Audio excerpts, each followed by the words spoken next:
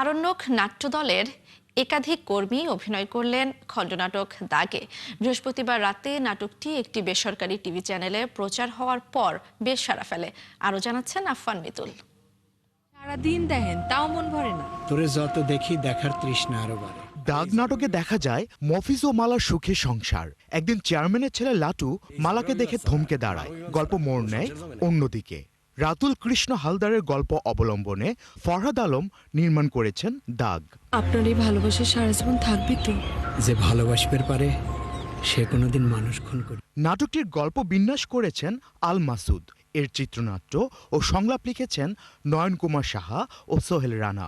নাটকটির প্রধান দুটি চরিত্র অভিনয় করেছেন রানা চৌধুরী ও মিহি আহসান। দাগে খুব সংগ্রামী জীবনের একটা চরিত্র, পেশায় মাঝি এবং সে নৌকা বেয়ে সংসার চালায়, লোকজন পারাপার করে। এছাড়া আরণ্যকের এক ঝাঁক সদস্য ফজলুর রহমান বাবু, আমনুল হক হেলাল, মমিনা চৌধুরী, জুবায়ের জাহিদ অভিনয় করেছেন এই নাটকটিতে।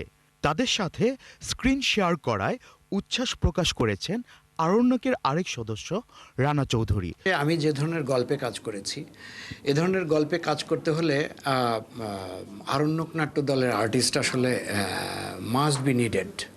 কারণ যেই ক্যারেক্টারগুলো প্লে করতে হয়, এই ক্যারেক্টারগুলো প্লে করতে হলে আরণ্যক নাট্য দলের আর্টিস্টরা খুব ভালো পারে। তোর ঘরে আসে কেন?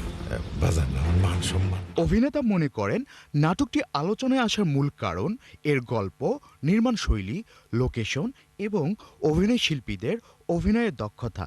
তুই হইলে আমার জমিনের চাঁদ। আফফান মিতুল, ৭১।